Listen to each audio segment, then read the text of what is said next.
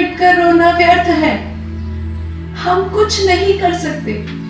Ruth, मैं जो कह रही हूँ तुम सुनो। क्या बात है माँ? मेरी बेटियों, तुम दोनों जवान हो, अपने अपने पिता के घर जाओ और किसी से विवाह कर लो। माँ, ये आप क्या कह रही हैं? नहीं रुथ, रुको। तुम वही करो जो मैं कह रही हूँ। मैं बैथलहम जा रही हूँ और तुम मेरे साथ नहीं आ सकती। परंतु मैं आपके साथ बैथलहम क्यों नहीं आ सकती?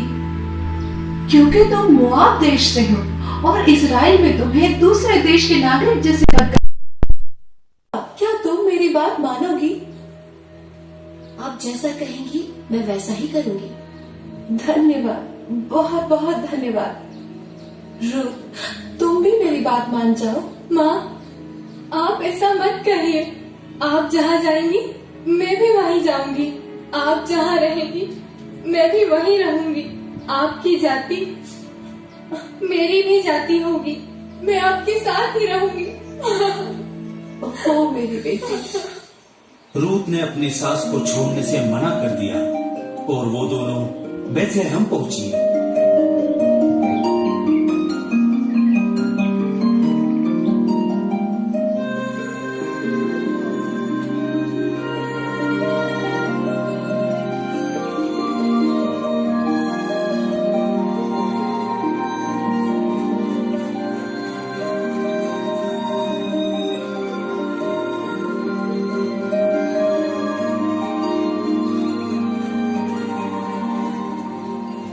वो पर्वत देख रही हो रुथ?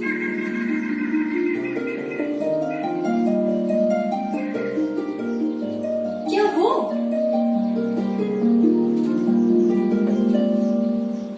हाँ, वो नीबो पर्वत है। मूसा ने वहां से कनान देश देखा था। नीबो? हाँ, बेचारा मूसा। आप ऐसा क्यों कह रही हैं माँ? हाँ बेटा, क्योंकि इस्राएलियों को मिस्र से स्वतंत्र करने के बाद मूसा वहां नहीं जा पाए। वे प्रतिज्ञा देश की सीमा तक ही जा पाए। इजराइल के ईश्वर गरीबों के ईश्वर हैं। वो मुझे नहीं छोड़ेंगे। नोमी ने रूत को यात्रा करते समय इजराइल की कहानी बताई।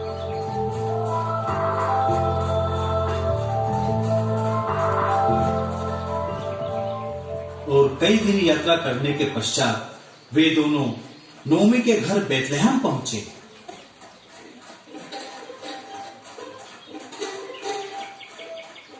अरे देखो, कौन है ये?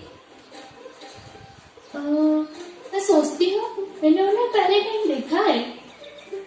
क्या ये नौमी है? हाँ, ये तो वही है। चलो। नौमी, नौमी, ये तो तुम हो। नौमी, तुम कितनी अलग दिख रही हो। तुम्हें देखे कितने दिन हो गए थे नौमी? तुम्हारे पति और तुम्हारे बेटे कहाँ हैं? क्या हुआ नौमी? नहीं, मुझे नौमी मत कहो। मैं इस घर की तरह हो गई हूँ। जब मैं यहाँ से गई थी तब मेरे पास सब कुछ था। अब मेरे पास कुछ भी नहीं। अब मैं खाली हाथ आई हूँ। मुझे मारा कहो, मेरे पास अब कुछ भी नहीं। चिंता मत करो नौमी, सब ठीक हो जाएगा। हाँ, परंतु ईश्वर ने मुझे नहीं छोड़ा है। उसने मुझे अपनी बेटी समान बहू दी है, जो बहुत अच्छी है।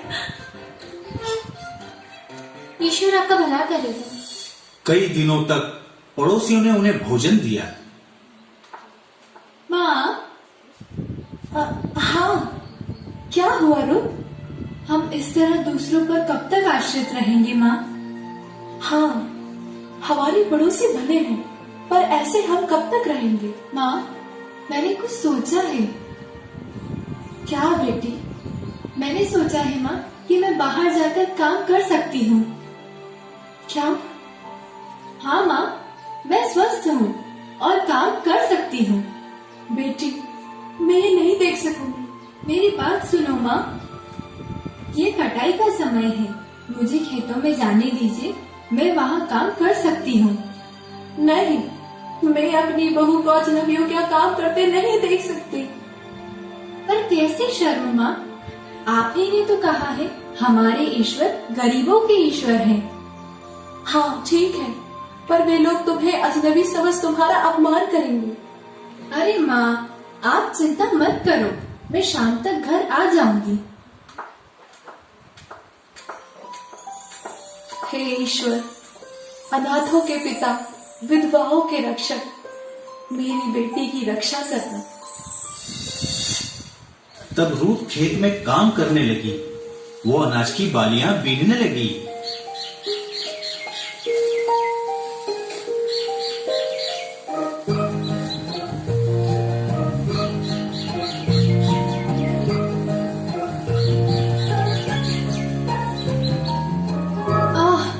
बड़ी धूप है, मुझे प्यास भी लगी है, मुझे कहीं पानी मिल सकता है?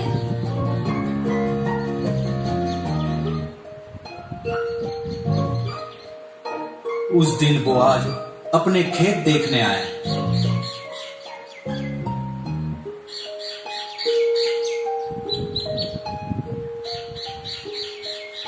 जिस खेत में रूथ काम कर रही थी वो बोआज का था। बोआज नोमी का रिश्तेदार था। और उस दिन बोआज अपने खेत देखने आए।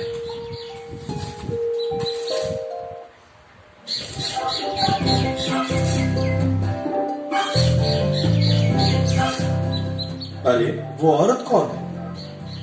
कौन वो? क्या आप नोमी को जानते हैं मालिक? नओमी एलीमेलेक की पत्नी? जी हाँ मालिक, वो जवान औरत नोमी की बहू है। उसने मुझसे अनाज बीनने की आज्ञा मांगी और मैंने हाँ कह दी।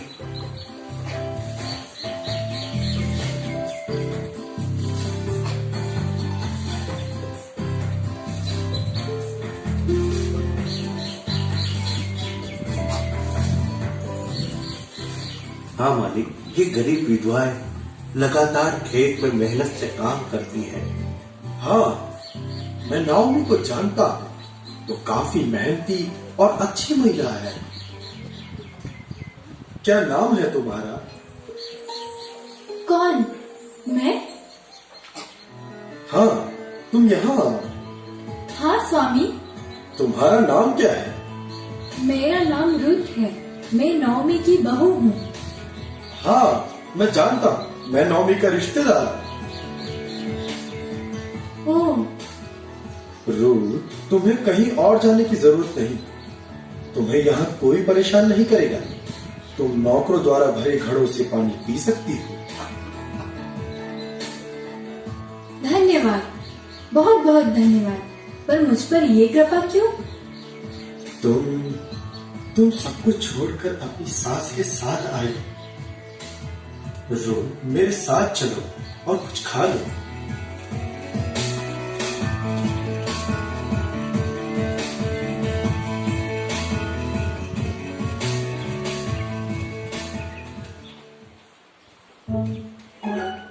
लो, ये लो। ये बहुत स्वादिष्ट रोटी है, धन्यवाद। मैं खुश हूँ ये तुम्हें अच्छी लगी। क्या मैं ये रोटी माँ के लिए ले जा सकती हूँ? उन्हें बहुत पसंद आएगी। हाँ, बिल्कुल। धन्यवाद। बोआज को रूथ अच्छी लगी और उसने उसकी सहायता की।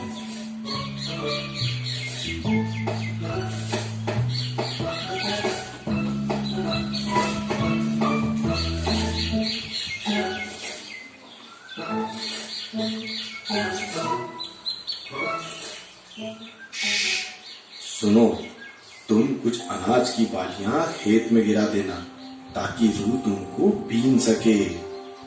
मालिक, आपका हृदय विशाल है।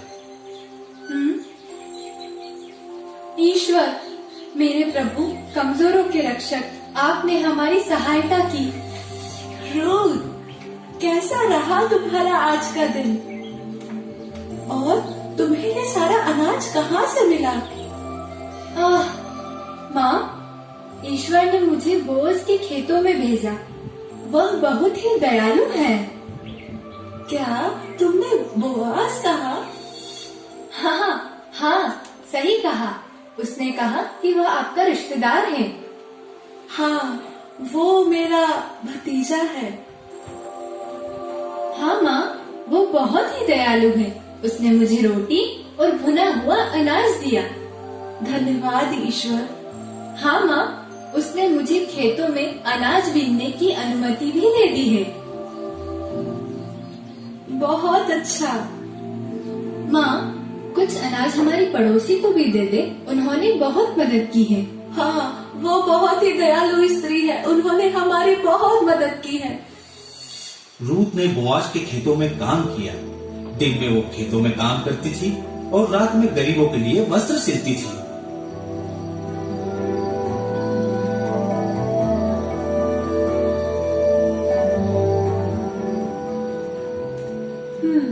बेटा अब सो जाओ, तुमने दिन भर बहुत काम किया है। आप सो जाइए माँ, मैं काम खत्म करके अभी आती हूँ। पर रूथ, तुम बहुत थक गई हो बेटा। चिंता मत करो माँ, मैं सो जाऊंगी। कल फसल कटाई का उत्सव है। बोअज ने मुझे भी उत्सव में बुलाया है। सच में? तब तो तुम बहुत अच्छे कपड़े पहन कर जाना और सारे गहने भी। हाँ माँ, मैं पहन लूंगी और आप जाकर सो जाइए।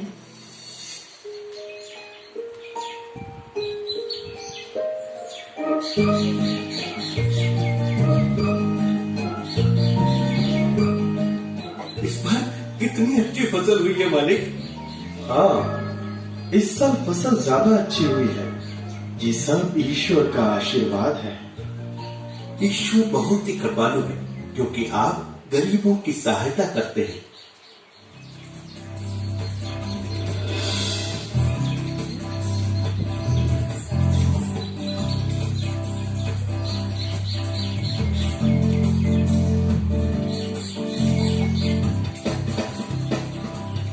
हाँ, क्या वो रूथ है? रूथ?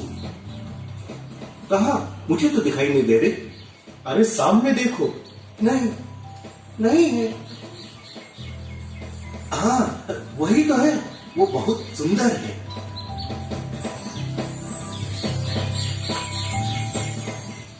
हाँ, मुझे इस बात का एहसास ही नहीं हुआ। वो बहुत गरीब है लेकिन बहुत अच्छी है। पूरा दिन खेतों में काम करती है, फिर गरीबों के कपड़े सिलती है।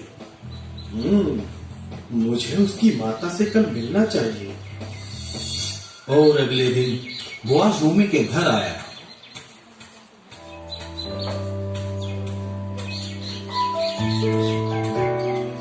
हे ईश्वर, बोआज मेरे भतीजे। नमस्ते आंटी। तुम्हें देखकर बहुत अच्छा लग रहा है, लेकिन इस छोटे घर में तुम्हारा स्वागत कैसे करूं? ओ आंटी, घर कोई मायने नहीं रखता। आप खुश तो हैं? खुशी? मेरे पास कुछ भी नहीं। मैंने अपना सब कुछ खो दिया।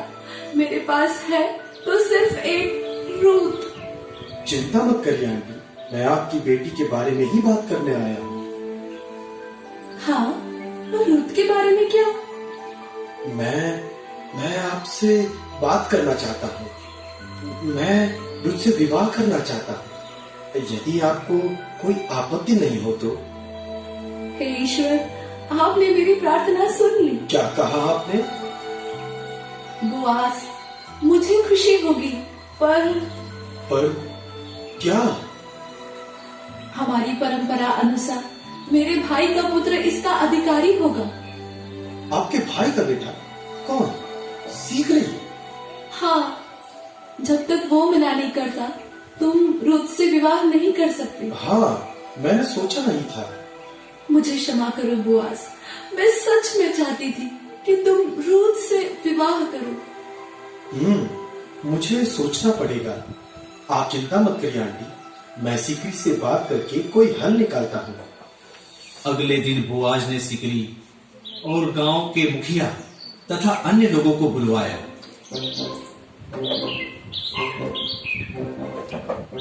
आप सभी सुने, एलिमेलेक की विधवा अपनी भूमि बेचना चाहती है। सिकरी, तुम उनके करीबी रिश्तेदार हो। अगर तुम जमीन खरीदना चाहते हो तो क्या तुम खरीदना चाहते हो? हाँ, मैं उस भूमि को खरीदना चाहता हूँ। परंतु तुम्हें उसकी बहू से विवाह करना पड़ेगा। वो मोआब की रहने वाली है और यही इस्राएल का नियम भी है। तुम भूमि खरीदोगे तो तुम्हें विवाह भी करना पड़ेगा। क्या मजाक कर रहे हो? तुम चाहते हो कि मैं बाहर की रहने वाली औरत से विवाह करूं? यह हो नहीं सकता। हाँ, यही तो मैं कह रहा हूँ। यही इस्राएल का नियम है। तुम्हें उससे विवाह करना पड़ेगा। क्या? नहीं, तो फिर मुझे वो जमीन नहीं चाहिए। क्या क्या तुम अपना अधिकार छोड़ते हो? हाँ, मुझे उस मुआबी औरत से विवाह नहीं करना। तो तुम्हें शपथ लेनी होगी। सिकरी, तुम्हें अपनी परंपरा के अनुसार अपना अधिकार छोड़ना पड़ेगा और अपना जूता बोआज को देना होगा। ठीक है, ले लो। मैं अपना अधिकार छोड़ता हूँ और इसके प्रतीक स्वरूप अपना जूता मैं बोआज को दे देता हूँ। हम सब मिलकर आज से बोआज को नोमी की संपत्ति का अधिकारी नियुक्त करते हैं। बोआज की योजना काम आई और सिकरी ने अपना अधिकार बोआज को दे दिया। तब बोआज ने कुछ दिन पश्चात रूत से विवाह किया। मैं मूसा और इस्राएल के कानून के अनुसार तुम्हें अपनी पत्नी स्वीकार करता हूँ। मैं मरते दम तक तुम्हारे साथ रहूंगा।